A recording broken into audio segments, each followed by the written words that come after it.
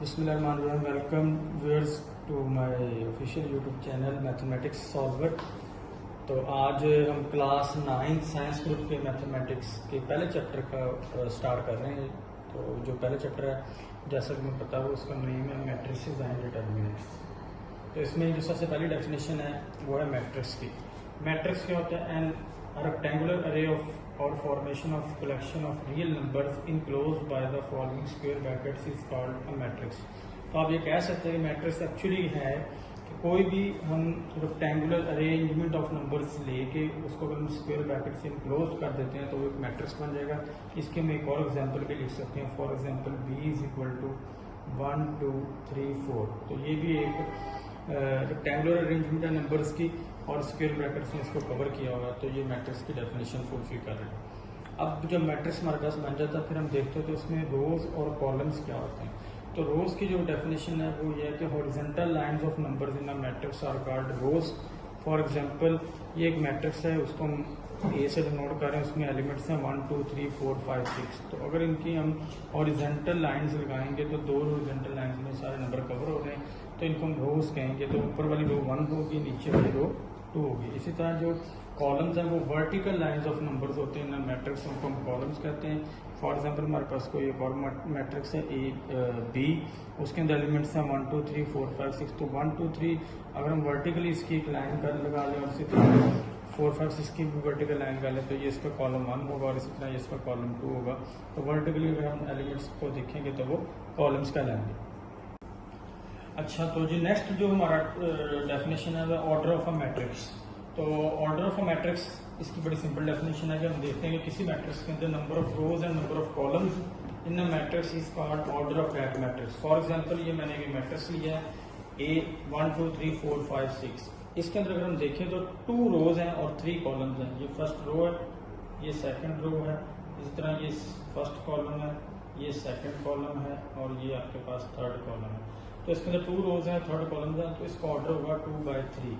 तो हमेशा याद रखिए कि पहले नंबर ऑफ रोज को लिखना है, फिर नंबर ऑफ कॉलम्स को लिखना है। और इसको हम इस तरह भी लिख सकते हैं 2/3। और पढ़ना इसको हमेशा आपने 2/3 है, ये मल्टीप्लाई का साइन नहीं है।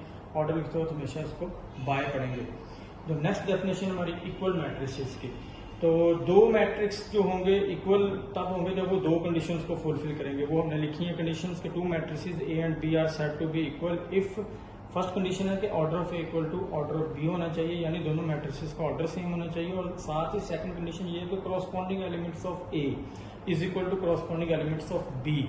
यानी करॉस्पॉन्डिंग का मतलब होता है कि ए में कोई एलिमेंट जिस जगह पे है, जिस रो जिस कॉलम में जिस पोजीशन पे है, बी में भी वही सेम एलिमेंट उसी पोजीशन पे होना चाहिए।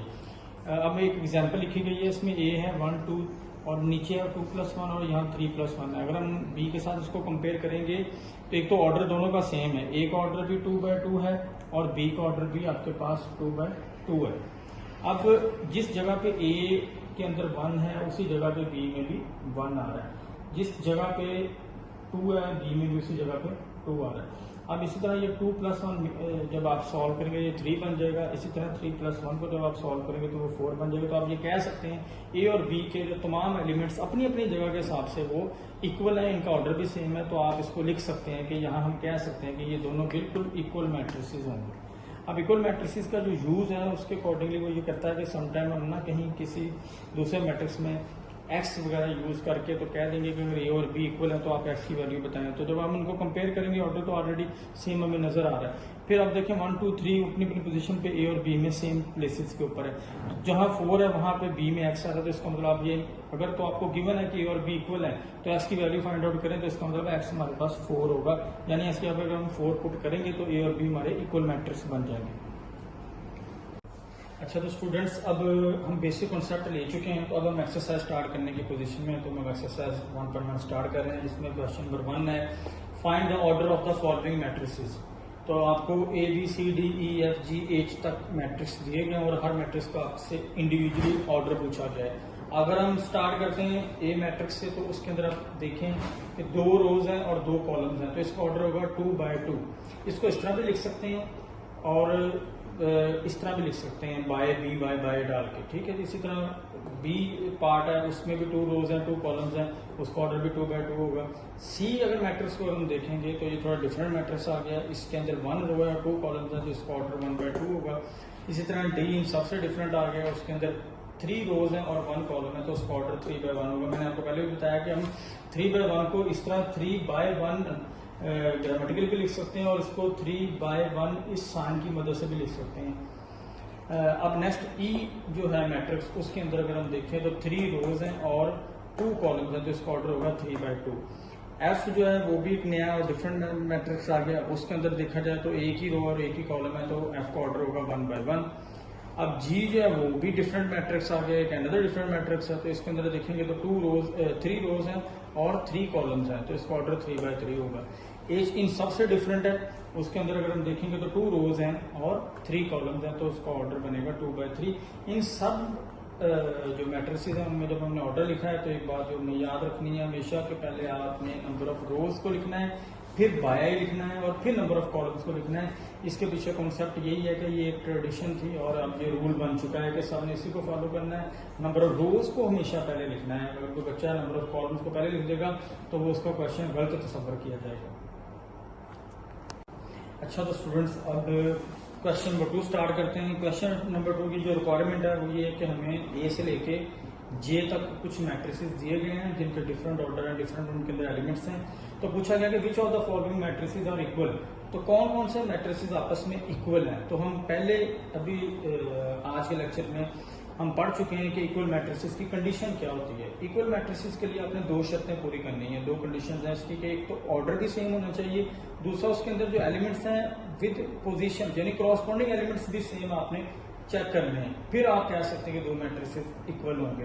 अब पहले नंबर पे हम स्टार्ट करते हैं, जो ए मैट्रिक्स है, ये ए जो है मैट्रिक्स इसके अंदर एक एलिमेंट 3 है, सिर्फ एक ही एलिमेंट है और ए का ऑर्डर 1 बाय 1 है, एक रो है एक ही कॉलम है। तो हमें इस तरह का एक मैट्रिक्स ढूंढना है इन तमाम मैट्रिक्स में से जिसका ऑर्डर 1 बाय 1 हो और उसके अंदर वो एलिमेंट भी 3 ही हो।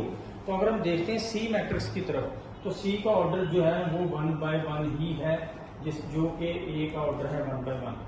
अब सी के अंदर जब 5 और 5 में से 2 को माइनस करेंगे तो सी के अंदर भी वही एलिमेंट 3 ही बनेगा। तो आप कह सकते हो कि ए और सी जो है ना वो मैट्रिक्स इक्वल हैं और ये इक्वल इस तरह है कि दोनों इस तरह के 3 मैट्रिक्स बन रहे हैं। ठीक है, अब हम चलते हैं बी की तरफ। तो बी अगर मैट्रिक्स को देखा जाए तो उसका ऑर्डर है 2 बाय 1। तो हमें एक और मैट्रिक्स इस तरह का ढूंढना है जिसका ऑर्डर भी 2 बाय 1 हो, सॉरी इसका ऑर्डर है जी 1 बाय 2। तो हमें एक और मैट्रिक्स ऐसा ढूंढना है जिसका ऑर्डर भी 1 बाय 2 हो। तो अब अगर हम देखें तो आई मैट्रिक्स भी इस तरह का है जिसका ऑर्डर 1 बाय 2 है, जबकि डी मैट्रिक्स भी है जिसका ऑर्डर 1 बाय 2 है। लेकिन आप अगर देखेंगे कि हमने पहली शर्त थी कि ऑर्डर सेम लेना है, फिर दूसरी शर्त है कि हमने उनके कॉरस्पॉन्डिंग एलिमेंट्स को भी सेम लेना है। तो बी में जो 3 और 5 है जबकि डी में 5 और 3 है, तो एलिमेंट्स की पोजीशन चेंज हो रही है। तो हम यहाँ ये नहीं कह सकते कि बी और डी इक्वल होंगे। अब हम बी को आई के साथ कंपेयर करते हैं, तो बी को अगर आई के साथ कंपेयर करेंगे तो 3 और 5 की जो पोजीशन है ये 3 + 2 आपस में सॉल्व होकर 5 बन जाएगा। तो 3 और 5 की पोजीशन भी सेम है और ऑर्डर भी सेम है। तो आप कह सकते हो बी मैट्रिक्स आई के इक्वल होगा। अब नेक्स्ट हम चलते हैं जी ई मैट्रिक्स की तरफ। ई मैट्रिक्स में एलिमेंट्स आ रहे हैं 4 0 6 2 जबकि इसका ऑर्डर आ रहा है 2 बाय 2। तो इस तरह का 2 बाय 2 ऑर्डर वाले हमारे पास जे मैट्रिक्स भी है और एच मैट्रिक्स भी है। अब अगर उनके अंदर ऑर्डर तो सेम कर लिया आपने, फिर अगर उनके अंदर कॉरस्पॉन्डिंग एलिमेंट्स को भी देखें तो यहाँ ई के अंदर 4 जो है ना उसकी पोजीशन होती है फर्स्ट रो फर्स्ट कॉलम में आ रहा है। तो इसी तरह एच में भी फर्स्ट रो फर्स्ट कॉलम का जो पहला एलिमेंट आ रहा है वो 4 है, जे में भी 2 + 2 4 बन रहा है। इसी तरह जो फर्स्ट और सेकंड कॉलम वाली पोजीशन पे 0 आ रहा है तो यहाँ पे भी 0 आ रहा है और वहाँ एच में भी उसी जगह पे 0 आ रहा है। इसी तरह 6 और 2 भी अपनी अपनी पोजीशन में आ रहे हैं, जे और एच में उसी पोजीशन पे आ रहे हैं। तो आप कह सकते हो कि ई एच और जे ये तीनों मैट्रिक्स आपस में इक्वल हो गए। अब इसके बाद आती है बारी एफ मैट्रिक्स की। एफ मैट्रिक्स का ऑर्डर है 2 बाय 1, 2 रोज है 1 कॉलम है। तो इसी तरह का जो मैट्रिक्स है ना एफ जैसा वो हमें मिलेगा जी के अंदर अगर हम देखेंगे तो इसका ऑर्डर भी 2 बाय 1 होगा और 3 - 1 2 ही बनेगा, 3 + 3 6 ही बनेगा। तो आप कह सकते हो एफ और जी इक्वल है क्योंकि इनका ऑर्डर भी सेम है और इनके कॉरस्पॉन्डिंग एलिमेंट भी सेम है। अब हमारे पास सिर्फ एक डी मैट्रिक्स ऐसा बच जाता है जो कि किसी के इक्वल नहीं है ना। तो वो अगर एक शर्त पूरी कर रहा है ऑर्डर वाली तो दूसरी शर्त उसके अंदर जो कॉरस्पॉन्डिंग एलिमेंट्स की पोजीशन है वो फुलफिल नहीं हो रही, तो इस वजह से आप ये कह सकते हैं कि डी किसी के साथ इक्वल नहीं है। अच्छा तो स्टूडेंट्स, अब एक्सरसाइज 1.1 का जो लास्ट क्वेश्चन है वो क्वेश्चन नंबर 3 है। उसके अंदर रिक्वायरमेंट ये है कि find the values of A B C and D which satisfy the matrix equation. अब मैट्रिक्स इक्वेशन आपको एक दी गई है जिसमें आप देख सकते हैं लेफ्ट साइड पे और राइट साइड पे दोनों तरफ एक मैट्रिक्स दिया गया है और दरमियान में साइन है इक्वालिटी का। तो इक्वालिटी का साइन जब आप लिख दिया गया तो आपके जहन में दो चीजें आनी चाहिए कि ये दोनों जो मैट्रिक्स हैं इनका ऑर्डर भी सेम होगा और इनके कॉरस्पॉन्डिंग एलिमेंट भी सेम होंगे। तो इक्वल मैट्रिक्स की डेफिनेशन को हम अगर यूज करते हैं, उसको यूज करते हुए फिर अब हम यहाँ इसको क्वेश्चन को सॉल्व करेंगे, हम लिखेंगे बाय कंपैरिजन। तो कहीं से भी इस क्वेश्चन को स्टार्ट किया जा सकता है, जरूरी नहीं कि आपने ए प्लस सी को 0 को रख के वहीं से स्टार्ट करना है। तो हम देखेंगे कि हमने एक्चुअली ए बी सी और डी की वैल्यूज निकालनी है, फाइंड आउट करनी है। तो जो जहां से हमें आसानी से कोई वैल्यूज मिलना शुरू हो जाएंगी तो वहां से स्टार्ट कर लेते हैं। मैं स्टार्ट करने लगा हूँ C-1 वाली पोजीशन से, यानी ये जो C-1 है ये सेकंड रो में आ रहा है और फर्स्ट कॉलम में आ रहा है। इसके जो इक्वल मैट्रिक्स है उसमें अगर हम देखेंगे तो 3 उसी पोजीशन पे आ रहा है, सेकंड रो में और थर्ड कॉलम में। तो मैं यहाँ एक हेडिंग दे दूंगा बाय कंपैरिजन से। कंपैरिजन की जब आप हेडिंग दे देंगे तो इसमें ये सारी चीजें अंडरस्टूड आ जाएंगी कि वो कॉन्सेप्ट जो इक्वल मैट्रिक्स का है उसको यूटिलाइज करते हुए कॉरस्पॉन्डिंग एलिमेंट्स को कंपेयर करने लगे हैं। तो C-1 को हम 3 के इक्वल रखेंगे, ये इसको बोलते हैं कंपैरिजन। तो अब C-1 को अगर मैंने 3 के इक्वल रखा तो -1 दूसरी तरफ जाके राइट साइड पे जाके प्लस का मान हो जाएगा और 3 को प्लस में जब ऐड करेंगे तो ये 4 बन जाएगा, तो C की वैल्यू हो जाएगी 4। इसी तरह 4D-6 को इक्वल रखेंगे 2D के, उसी दूसरे मैट्रिक्स में उसी पोजीशन में जो एलिमेंट होगा उसके इक्वल रखेंगे। तो इनको आपस में हम सॉल्व करते हैं। तो 2D को हम अपना लेफ्ट साइड पे ले आएंगे और D को -6 को राइट साइड पे ले जाएंगे। तो ये आपस में हम सॉल्व कर लेंगे। तो 4D - 2D आ जाएगा और दूसरी तरफ 6 हो जाएगा प्लस का।